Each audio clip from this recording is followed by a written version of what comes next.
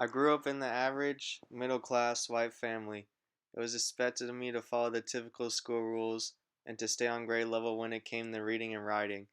My mom was a school teacher, so she enforced reading upon me at a young age. I am an average reader that understands the general topic from books, a strong writer that enjoys writing, and a literate person who learned literacy through family. The first literacy practice that I can remember is listening to my parents read me bedtime stories. I remember reading everything possible to Richie as a baby. We'd drive by McDonald's and I'd tell him the golden arches were a big yellow letter M. So I was teaching colors and letters at every opportunity.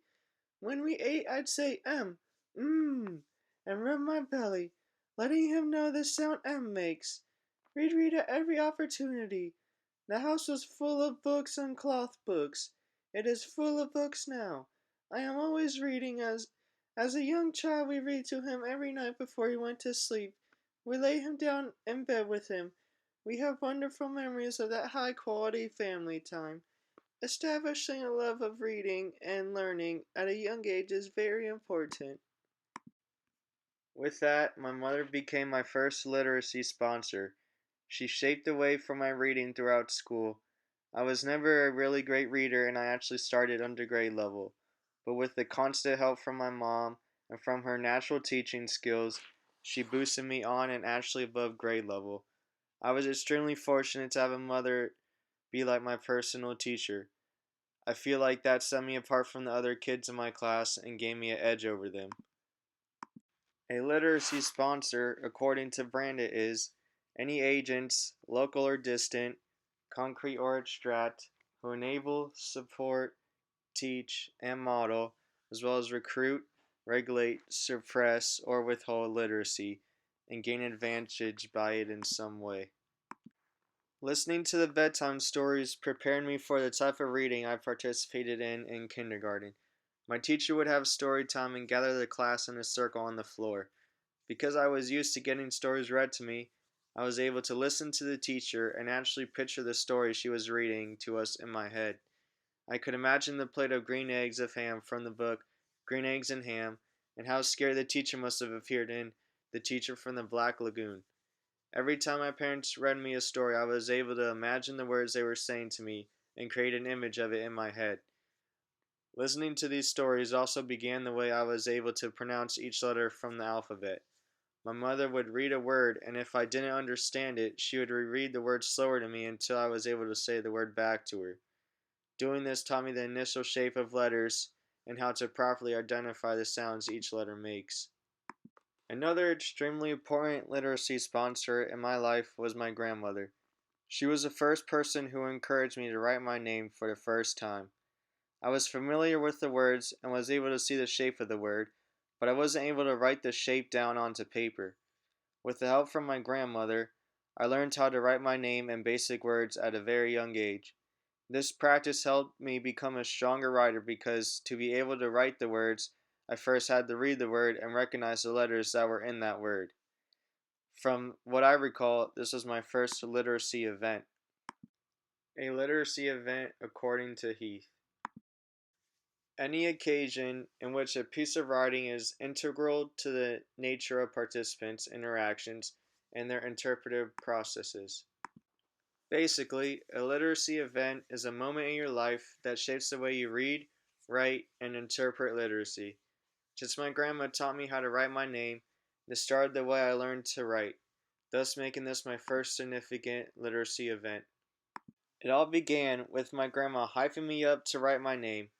I wasn't a strong reader, and anything that had to do with reading and writing I wanted no part of. To make my grandma happy, I followed her orders and got a whiteboard and marker because I hated the traditional paper and pen. This is how the event happened from what I remember. Okay, first, follow me. Now you try. Alright, Grandma. How does this look?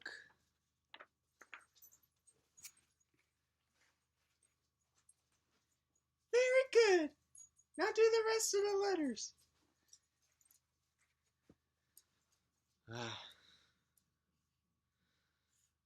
Keep messing up.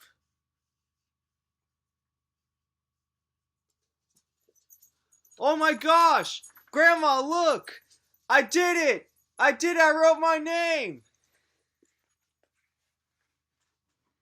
I knew you could, grandson. I'm very proud of you. Tomorrow, I'm going to teach you how to write your last name. Sounds great, Grandma. Thanks.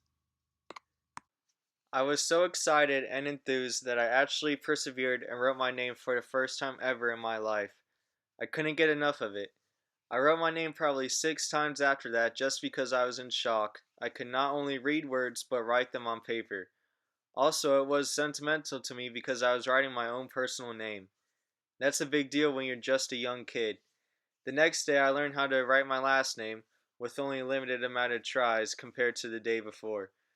From that day on, I was always looking forward to writing, not just in school but also at home. This event sparked the strong writer that I am today, and I can't thank my grandma enough for it. Another significant literacy event in my life was when I read my first chapter book. This was a literacy practice because I was below grade level in reading, so I had to practice twice as hard to be able to read chapter books. From the encouragement of my mom and self-perseverance, I read my first chapter book. A literacy practice is a literacy such as reading or writing that you practice over and over until you master it. Reading didn't come easy to me. I didn't enjoy reading and I was failing this subject. After 2 years of tutoring and countless reading nights with my mom, I was able to read my first chapter book cover to cover. The more practice I did with my tutor and at home with my mom, the easier reading came to me. After reading my first book, I had the confidence to read many more chapter books, from The Magic Treehouse to Captain Underpants. I became more excited to read, and I even surpassed the average reading level at my school. I'm the literate person I am today thanks to the help from my family. They've been nothing but supportive throughout my literate career, and they continually offer me advice to keep my literacy above par.